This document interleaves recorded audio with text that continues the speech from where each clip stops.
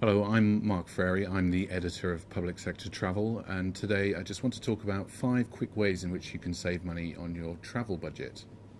We have a number of benchmarks on the Public Sector Travel website looking at various items of travel data. One of them is rail fares. One thing that you can do is book in advance on rail. The benchmark shows that booking 2 weeks in advance at least saves you considerable amounts of money on your rail fares. You can also look at singles as opposed to return fares. 2 singles is often cheaper than 1 return. Don't automatically rule out first class either.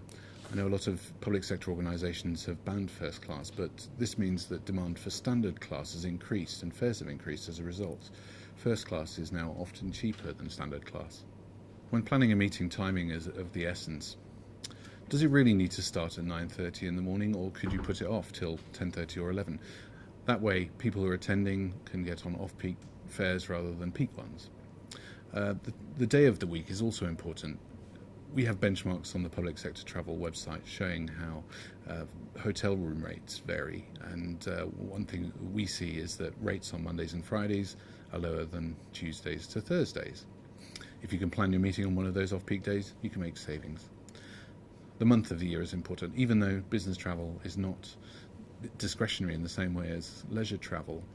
If you can plan your meeting when there's no big event going on, say the Edinburgh Fringe in August, the Olympics next year in London, then you can avoid those high rates. If you're looking to save money on your air spend, one of the key things that you can realise is that airlines don't really care about how much you spend. It's about how much you can control that spend.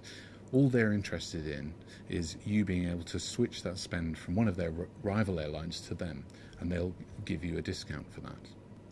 Having the right information is vitally important too. Do you actually know who is spending what and where they're spending it?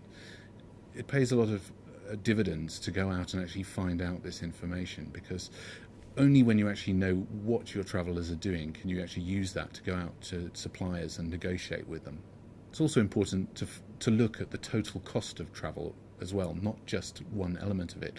It's very easy to focus on travel management company transaction fees, for example, but in reality, they only make up a few percent of the total travel spend.